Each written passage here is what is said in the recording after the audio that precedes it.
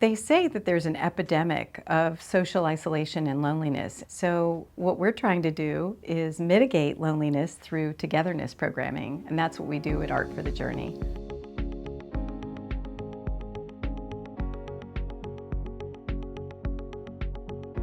Art for the Journey has been around for about 10 years. We were founded by a group of artists who were taking a painting class together, and through conversation and just the community that comes out of creating art together, found out that a lot of them were experiencing really challenging things in their lives at the same time. I think Mark found in his own experience that creating art is somehow a place of solace and peace and well-being. The very first time that I went to the prison and saw how thirsty the women there were for stimulation, creativity, community, I literally felt like I was floating when I left the first time. And they thought it would be a wonderful thing to be able to share that with other people.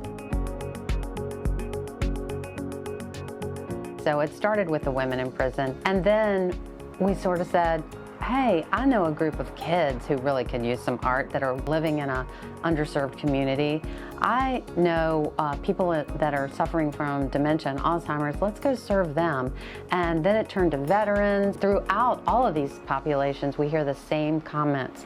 This has made me feel so at peace. I realized that a lot of those gentlemen and women that came back from Vietnam were really damaged mentally. And once they got to understand and they were in that place mentally where leave it at the door, leave all that at the door.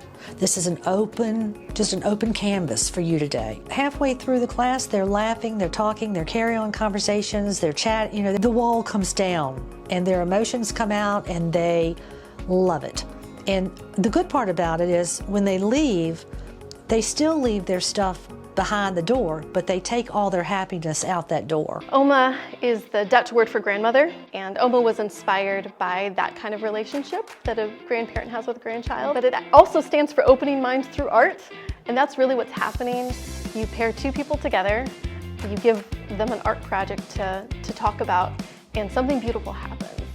Some people count on Oma week by week as their outlet for social connection. People depend on Oma to be a place to express themselves and to connect with someone when they might not do so otherwise. We have an amazing team of volunteers throughout Art for the Journey. We have literally hundreds of volunteers who have worked with us over the years to make our programs possible. It's about togetherness, but it's also about bringing the community together.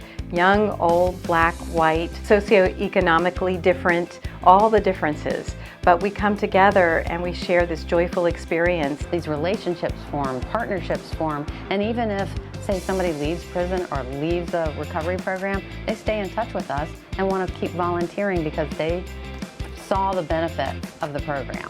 Oma has been able to spread not just across Richmond, but across the state because of funding that Art for the Journey received with Leading East Virginia. We've been so fortunate to receive this funding, and we look forward to trained facilitators in this program. Art for the Journey works at the intersection of art and health. Every day we bring services that provide and promote well-being in children, adults, older adults, and our volunteers.